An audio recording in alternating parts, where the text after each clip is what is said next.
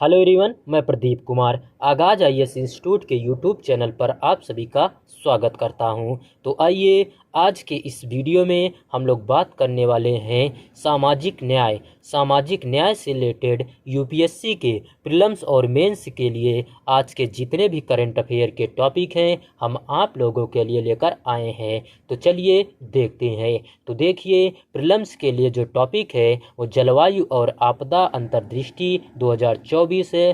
प्राकृतिक आपदाएं प्रारंभिक चेतावनी प्रणाली, आपदा जोखिम में न्यूनीकरण के लिए सेंडाई फ्रेमवर्क वर्ष 2015 से 2030 है। और मेंस के लिए जो टॉपिक है वो जलवायु और आपदा अंतर्दृष्टि 2024 है, आपदा जोखिम न्यूनीकरण के लिए रणनीतियाँ। तो चलिए हम यूपीएससी के प्रीलिम्स और मेंस के इन सभी टॉपिक के बारे में पूरे विस्तार से चर्चा करते हैं। तो देखिए चर्चा में क्यों है, आइए समझते हैं। हाल ही में जोखिम न्यूनीकरण सेवा प्रदाता AON PLC ने जलवायु और आपदा अंतर्दृष्टि रिपोर्ट 2024 प्रकाशित की है, जिसमें वर्ष 2023 में प्राकृतिक आपदाओं के कारण हुई भारी नुकसान के विषय में बताया गया है। AON PLC 120 से अधिक देशों और संप्रभु राज्यों में वाणिज्यिक पुनर्बीमा, सेवानिवृत्ति, स्वास्थ्य तथा डेटा एवं विश्लेषणात्मक सेवाओं के लिए सलाह व समाधान प्रदान करने में अग्रणी है। इसका मिशन विश्व भर के लोगों को बेहतर जीवन, सुरक्षा एवं समृद्धि के लिए निर्णय लेने में मदद करना है। तो चलिए अब हम लोग रिपोर्ट के प्रमुख बिंदु क्या है, आइए इसके बारे में जानते हैं। सबसे पहले हम लोग क्षति में वृद्धि तथा अनगिनत प्राकृतिक घटनाएं के बारे में देखते हैं। तो देखिए वर्ष 2023 में विश्व भर में 398 उल्लेखनीय प्राकृतिक आपदाएं घटित हुईं, जिसके परिणाम स्वरूप 380 बिलियन अमेरिकी डॉलर का आर्थिक नुकसान हुआ। ये नुकसान वर्ष 2022 में अनुमानित आर्थिक नुकसान से काफ़ी अधिक थे और विगत वर्ष रिकॉर्ड गर्म वर्ष रहा। यह आपदा जोखिमों से बचाव हेतु बेहतर तैयारियों, जोखिम न्यूनीकरण और अनुकूलनीयता की तत्कालिकता को रेखांकित करता है। तो चलिए अब हम लोग मौसम संबंधी कारक और सुविधाएं क्या है, आइए इसके बारे में जानते हैं। तो देखिए वर्ष 2023 में घटित 95% प्राकृतिक आपदाओं के कारण 1 बिलियन अमेरिकी डॉलर से अधिक की क्षति का कारण मौसम संबंधी कारक थे। अत्यधिक गर्मी से लेकर भयंकर तूफान और भूकंप जैसी घटनाएं हमारे जीवन तथा आजीविका के लिए आपदा जोखिम से उत्पन्न खतरे को उजागर करती हैं। तो चलिए अब हम लोग सुरक्षा संबंधी अंतर और बीमा कवरेज क्या है, आइए इसके बारे में जानते हैं। तो देखिए बीमा की सहायता से कुल नुकसान का केवल 118 बिलियन अमेरिकी डॉलर अर्थात 31% का नुकसान किया जा सका। यह वर्ष 2022 में 58% की तुलना में 69% के रूप में सुरक्षा संबंधी एक बड़े अंतर को दर्शाता है। अमेरिका में अधिकांश आपदा नुकसान कवर कर लिए गए थे, जबकि 3 अन्य क्षेत्रों अमेरिका गैर संयुक्त राज्य, यूरोप, मध्य पूर्व और अफ्रीका EMEA तथा एशिया व प्रशांत APAC में अधिकांश नुकसान बीमाकृत नहीं थे। APAC क्षेत्र में लगभग 91% का सबसे बड़ा सुरक्षा अंतर पाया गया। इसके बाद गैर अमेरिकी तथा EMEA क्षेत्र के लिए यह आंकड़ा 87% था। तो चलिए अब हम लोग वैश्विक और क्षेत्रीय अंतर्दृष्टि क्या है, आइए इसके बारे में जानते हैं। तो देखिए अमेरिका प्राकृतिक आपदाओं के कारण 114 अरब अमेरिकी डॉलर का आर्थिक नुकसान हुआ, जिसमें 70% नुकसान को बीमा की सहायता से कवर कर लिया गया। गंभीर संवहनी तूफानों SCS के कारण भी काफ़ी वित्तीय नुकसान हुआ। संवहनी तूफान अथवा आकाशीय विद्युत, भारी बारिश, ओलावृष्टि, तेज हवाओं और अचानक तापमान परिवर्तन से जुड़े गंभीर स्थानीय तूफान हैं। वो पूरे वर्ष पर घटित हो सकती हैं, किंतु गर्मियों के मौसम में यह सबसे सामान्य है। अमेरिका गैर अमेरिका राज्य बीमा की सहायता से 45 बिलियन अमेरिकी डॉलर के आर्थिक नुकसान में से से केवल 6 बिलियन अमेरिकी डॉलर को कवर किया जा सका। मैक्सिको के दक्षिण प्रशांत तट पर आया तूफान ओटिस सबसे विनाशकारी घटना थी। सूखे के कारण दक्षिण अमेरिका के कई क्षेत्र प्रभावित हुए। यूरोप, मध्य पूर्व और अफ्रीका EMEA विनाशकारी भूकंपों के रूप में प्राकृतिक आपदाओं के कारण इस क्षेत्र को 150 बिलियन अमेरिकी डॉलर का आर्थिक नुकसान हुआ। तुर्की और सीरिया में आए भूकंप का यहाँ की अर्थव्यवस्था पर काफ़ी नकारात्मक प्रभाव पड़ा। तो चलिए अब हम लोग एशिया और प्रशांत के बारे में देखते हैं। तो देखिए 91% के सुरक्षा अंतर के साथ है आर्थिक घाटा 65 अरब अमेरिकी डॉलर तक पहुंच गया, क्योंकि बीमा घाटा 6 अरब अमेरिकी डॉलर तक पहुंच गया। बाढ़ की घटनाओं के परिणाम स्वरूप चीन में 1.4 बिलियन अमेरिकी डॉलर और न्यूजीलैंड में 1.3 बिलियन अमेरिकी डॉलर का बीमा नुकसान हुआ। कई सप्ताह तक चलने वाली हीट वेव ने दक्षिण और दक्षिण पूर्वी एशिया के कई देशों को प्रभावित किया। तो चलिए अब हम लोग सिफारिशें क्या है आइए देखते हैं। तो देखिए जलवायु विश्लेषण को उत्प्रेरक के रूप में उपयोग करने की आवश्यकता है, जो विभिन्न चरम घटनाओं के लिए भविष्योन्मुखी निदान प्रदान कर सकता है।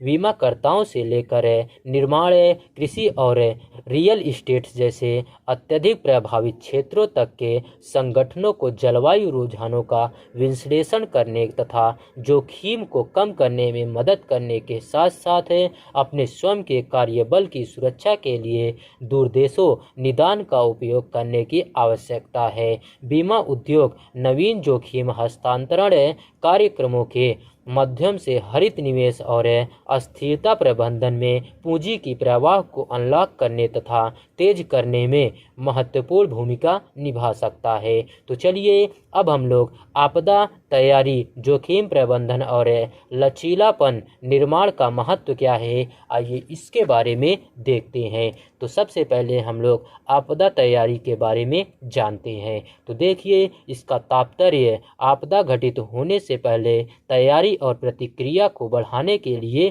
किए गए सक्रिय उपायों से है। तो चलिए अब हम लोग प्रारंभिक चेतावनी प्रणाली के बारे में जानते हैं। तो देखिए तैयारी में कुशल प्रारंभिक चेतावनी प्रणाली स्थापित करना शामिल है।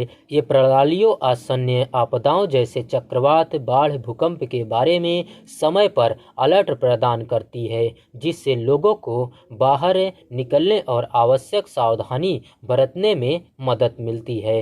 प्रशिक्षण और अभ्यास के बारे में आइए देखते हैं। तो देखिए नियमित प्रशिक्षण, सत्र और मॉक ड्रिल आपातकालिक उत्तरदाताओं, स्वास्थ्य देखभाल पेशेवरों तथा जनता को संकटों में प्रभावी ढंग से निपटने के लिए तैयार करते हैं। तो चलिए अब हम लोग भंडारण आपूर्तियां क्या है आइए इसके बारे में जानते हैं। तो देखिए तैयारी में आपदाओं के दौरान तत्काल आवश्यकताओं को पूरा करने के लिए आवश्यक आपूर्ति, भोजन, पानी, दवाएं तथा भंडारण शामिल है। तो चलिए अब हम लोग सामुदायिक जागरूकता देखते हैं। तो देखिए समुदायों को आपदा जोखिमों और तैयारियों के उपायों के बारे में शिक्षित करने से सुरक्षा तथा लचीलेपन की संस्कृति को बढ़ावा मिलता है।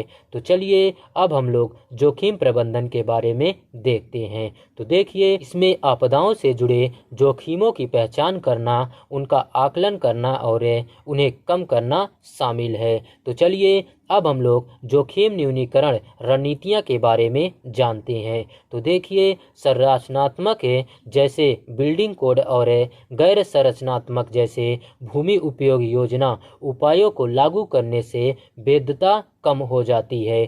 तो चलिए अब हम लोग वित्तीय सुरक्षा के बारे में देखते हैं। तो देखिए बीमा और जोखिम वित्त पोषण तंत्र नुकसान के खिलाफ वित्तीय लचीलापन प्रदान करते हैं। तो चलिए अब हम लोग जलवायु अनुकूलन के बारे में देखते हैं। तो देखिए जोखिम प्रबंधन उभरते जोखिमों से निपटने के लिए जलवायु परिवर्तन अनुकूलन रणनीतियों को एकीकृत करता है। तो चलिए अब हम लोग लचीलापन निर्माण के बारे में जानते हैं। तो देखिए, लचीलापन किसी समुदाय की आपदा के बाद वापस लौटने की क्षमता को संदर्भित करता है। तो चलिए अब हम लोग सामाजिक और मनोवैज्ञानिक लचीलापन के बारे में जानते हैं।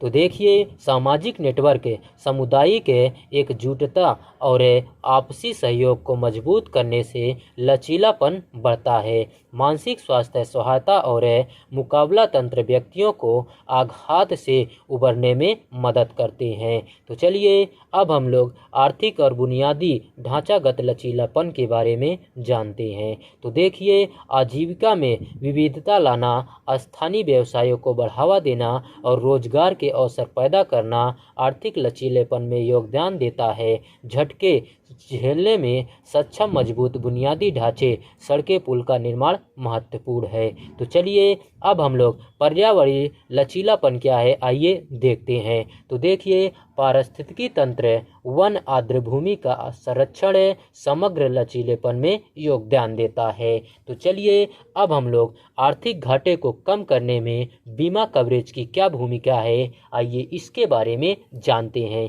सबसे पहले हम लोग कठिन समय में सुरक्षा स्वरूप के बारे में देखते हैं। तो देखिए, उच्च मुद्रास्फीति और आर्थिक अस्थिरता के कारण अप्रत्याशित वित्तीय नुकसान हो सकता है और इस प्रकार की अवधि के दौरान बीमा एक सुरक्षा जाल के रूप में कार्य करता है। उदाहरण के लिए, निर्माण सामग्री और सेवाओं की बढ़ती लागत के कारण क्षतिग्रस्त संपत्ति की मरम्मत अथवा पुनर्निर्माण अब अधिक महंगा हो गया है। श्रमिकों की कमी तथा बाधित आपूर्ति श्रृंखलाओं के कारण मरम्मत में और विलंब होने की काफ़ी संभावना होती है। बीमा होने से यह गारंटी सुनिश्चित होती है कि लोग और कंपनियां इस प्रकार की हानि से वित्तीय रूप से सुरक्षित हैं। यदि आपके पास अपर्याप्त अथवा कोई कवरेज नहीं है तो यह आपके लिए वित्तीय रूप से असुरक्षित हो सकता है। तो चलिए अब हम लोग जोखिम संबंधी जागरूकता में वृद्धि के बारे में देखते हैं। तो देखिए, वित्तीय उथल पुथल उपभोक्ताओं को जोखिमों के प्रति अधिक सतर्क और जागरूक बनाने के लिए प्रेरित करती है। बीमा कंपनियां मुद्रास्फीति जोखिम के प्रबंधन और वित्तीय सुरक्षा प्रदान करने में अपने मूल्य पर जोर देकर इसका लाभ उठा सकती है। समय पर भुगतान की पेशकश करके बीमाकर्ता व्यवसायों और व्यक्तियों को तीव्रता से उभरने में सहायता करती हैं, जिससे जोखिमों के बाद आर्थिक गतिविधियों को पुनः प्रारंभ करने की अनुमति मिलती है। तो चलिए इसी के साथ हम लोग आर्थिक विकास एवं स्थिरता के बारे में जानते हैं। तो देखिए, बीमा संचित पूंजी को उत्पादक निवेश में परिवर्तित करता है। यह व्यवसायों को घाटे को कम करने, वित्तीय स्थिरता बनाए रखने और व्यापार एवं वाणिज्य गतिविधियों को बढ़ावा देने में सक्षम बनाता है। एक मजबूत बीमा क्षेत्र सतत आर्थिक विकास में योगदान देता है। तो चलिए अब हम लोग आपदा शमन और जोखिम न्यूनीकरण के बारे में जानते हैं। तो देखिए, बीमा कंपनियां पॉलिसी धारकों को जोखिम कम करने के उपायों में निवेश करने के लिए प्रोत्साहित करके आपदा न्यूनीकरण में तेजी से योगदान कर रही है।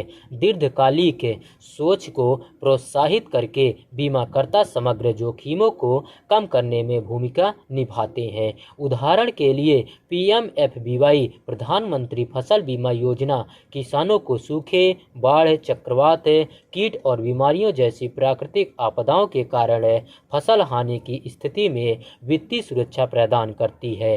फसल क्षति के लिए समय पर मुआवजा प्रदान करके PMFBY किसानों को होने वाली हानि को नियंत्रित करने में सहायता करती है और आपदाओं से उन्नत आर्थिक उतार चढ़ाव के प्रति उनकी संवेदनशीलता को कम करती है। निष्कर्ष क्या है आइए देखते हैं।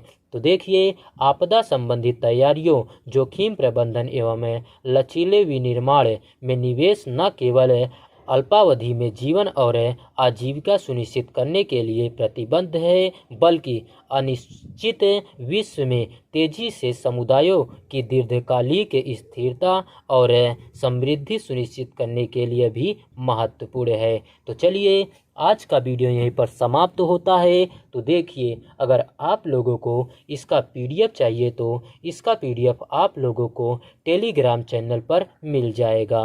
टेलीग्राम चैनल का नाम है आगाज IAS इंस्टीट्यूट और टेलीग्राम चैनल का लिंक आप लोगों को इस वीडियो के डिस्क्रिप्शन में भी मिल जाएगा। आप लोग यहां से भी जाकर टेलीग्राम चैनल को ज्वाइन कर सकते हैं और पीडीएफ डाउनलोड कर सकते हैं। तो चलिए अब हम लोग मिलते हैं नेक्स्ट वीडियो में। धन्यवाद। Keep learning, keep growing.